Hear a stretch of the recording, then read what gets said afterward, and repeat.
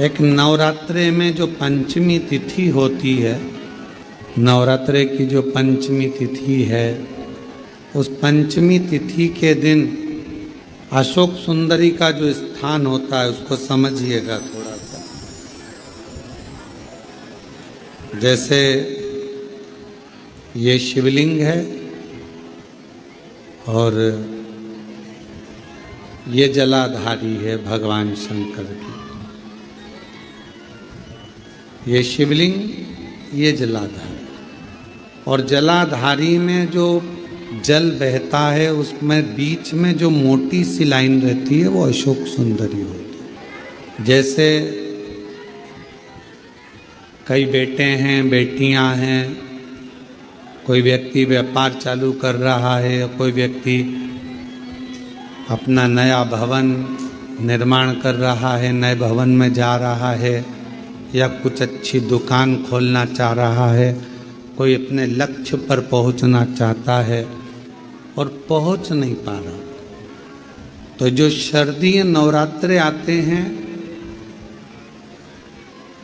इस शारदीय नवरात्रे में जो मां आद्यशक्ति की पूजन की जो पंचमी तिथि होती है, इस पंचमी तिथि पर अशोक सुंदरी वाली जगह पर, जो अशोक सुंदरी का स्थान है, वहाँ पर लाल पुष्प एक समर्पित करें।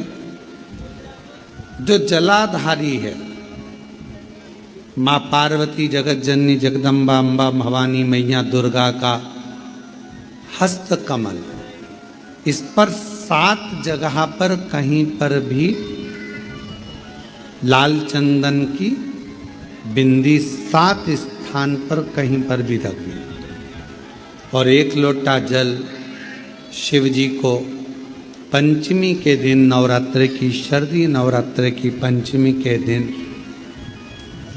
कामना करते हुए उत्तर की ओर मुख कर कर, अर्थात यहाँ बैठते हुए शिव जी पर जल चढ़ाना प्रारंभ करें और अपने मन की कामना कहकर बाबा के पास में जो लाल पुष्प समर्पित करा है, उस पुष्प को अशोक सुंदरी वाली जगह से वापिस लेकर आ जाए। जिस लक्ष्य को आप पाना चाहते हैं, अच्छी पढ़ाई कर रहे हो, खूब अध्ययन कर रहे हो, खूब मेहनत कर रहे हो, खूब पढ़ो, कोई दुकान खोल रहे हो, व्यापार चालू कर रहे हो, कोई नया कार्य चालू कर रहे हो, उस पुष्प को अपने स्पर्श कर कर या उस पुष्प का दर्शन कर कर आप एक बार जाकर देखो, आपको उस मंजिल तक मां आद्य शक्ति दुर्गा भवानी शिव पहुंचा कर शंकर। और एक निवेदन करूं आप लोगों से कि बन सके दुर्गा सप्तशती का पाठ अगर करते हो या दुर्गा सप्तशती को आप पढ़ते हो तो हिंदी का उसमें नीचे लेख आते रहते हैं, बहुत सारे वर्णन आते हैं, उसका भी पढ़ेंगे तो उसमें बहुत सारी बातें आपको बहुत अच्छी अच्छी, देवी भागवत में, दुर्गा सप्तशती में, इनमें बहुत सुंदर सुंदर कल्याण का, यदि गीता प्रेस गोरखपुर से जो कल्याण निकलती है, उस कल्याण का यदि देवी अंक अगर आप पढ़ेंगे माता दुर्गा भवानी पर, बड़ा सुंदर, उसमें भी बहुत सी चीज़ें माँ आद्य शक्ति की आराधना की, साधना की, पूजन की पद्धति बहुत सुंदर, उसका ध्यान करें। शिव से कुछ, अगर भगवान शंकर की हम आराधना कर रहे हैं, भगवान शंकर से अगर हम कुछ पाना चाह रहे हैं, तो भगवान शिव की सबसे पहले उससे साधना करो, शिव को पहले अपना बनाओ। 4 नवरात्रे होते हैं, कितने? 4। 2 नवरात्रे गुप्त होते हैं, 2 नवरात्रे तुम्हारे सामने आते हैं, एक चैत्रीय, एक शारदीय। ये श्राद्ध विराम हो जाएगा, फिर नवरात्रे प्रारंभ हो जाएंगे, शारदीय नवरात्रे प्रारंभ। क्यों भैया, कभी किसी ने पूछा कि 4 नवरात्रे होते हैं?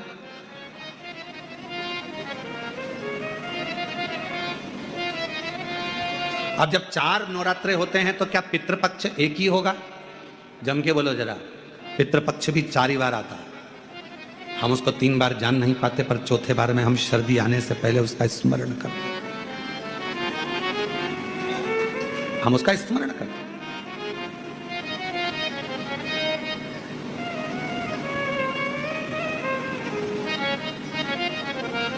क्या केवल 4 नवरात्रे क्यों? मां जगतजननी की आराधना 4 बार 4 नवरात्रे के रूप में क्यों होती है? हमारा बचपन, हमारी जवानी, हमारी अधेड़ी और हमारा बुढ़ापा, 4 अवस्था में यह नवरात्रे की जो साधना होती है, नवरात्रे में जो आराधना होती है, जो नवरात्रे में माँ आद्य शक्ति दुर्गा भवानी माँ पार्वती की पूजन होती है, माँ गोरा के रूप में, चंद्रघंटा के रूप में, स्कंद के रूप में, कुष्मांडा के रूप में, माँ कात्यायनी के रूप में, माँ कालरात्रि के रूप में, जब हम माँ आद्य शक्ति की आराधना करते हैं तो वो नवरात्रे हमारे शरीर को एक ऊर्जा देते हैं, एक एनर्जी देते हैं, एक बल देते हैं। नवरात्रे आएंगे, प्रारंभ होंगे। उस नवरात्रे में अब की बार तो नवरात्रे 10 दिन के हैं।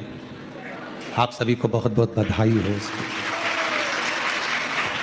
कहते हैं नवरात्रे जब बढ़कर आते हैं, 9 दिन से अगर 10वें दिन नवरात्रे बढ़ जाते हैं, नवरात्रे अगर 1 दिन भी बढ़कर आते हैं, तो माँ जगतजननी की आराधना करने वाले, साधना करने वाले भक्तों को जितना फल नवरात्रे का प्राप्त होता है, वो 10 गुना फल नवरात्रे में प्राप्त होता है। अगर नवरात्रे 1 दिन बढ़ जाएं, 10 दिन के नवरात्रे हैं अब की बात।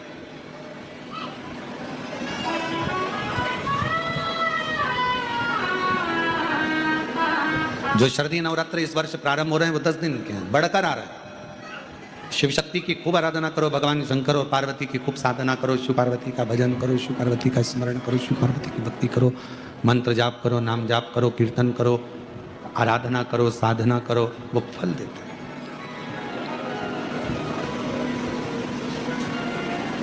आराधना साधना माँ अम्बा जगदम्बा की भी शिव के साथ